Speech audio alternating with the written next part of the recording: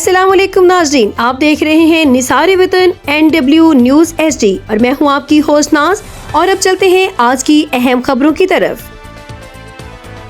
رحیم یار خان سے حنیف عظیمی کی رپورٹ کے مطابق ایڈیشنل ڈپٹی کمشنر ریونیو لارے بسلم نے تحصیل صادق آباد میں کھلی کچہری کا انعقاد کیا، جس میں شہریوں کے مسائل سنے گئے اور متعدد درخواستوں پر موقع پر یہ احکامات جاری کیے گئے۔ کھلی کچہری میں اسسٹنٹ کمشنر صادق آباد ندیم بلوچ سمیت ریونیو، بلدیات اور دیگر متعلقہ تحصیل افسران نے شرکت کی۔ شہریوں نے زمین، ریونیو، بلدیاتی سہولیات اور دیگر انتظامی معاملات سے متعلق اپنی شکایات پیش کی، جن پر ایڈیشنل ڈپٹی کمشنر ریونیو نے فوری نوٹس لیتے ہوئے متعلقہ افسران کو مقررہ مدت میں عمل درآمد یقینی بنانے کی ہدایت کی ہے۔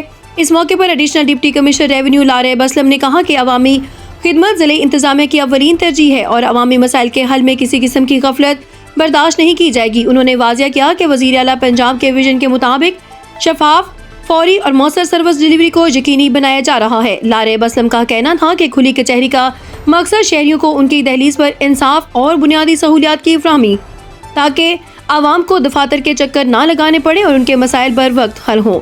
آخر میں انہوں نے متعلقہ افسران کو ہدایت کی ہے کہ موصول ہونے والی تمام شکایات پر فوری اور مقررہ وقت کے اندر رپورٹ پیش کی جائے تاکہ عوام کا اعتماد بحال کیا جا سکے۔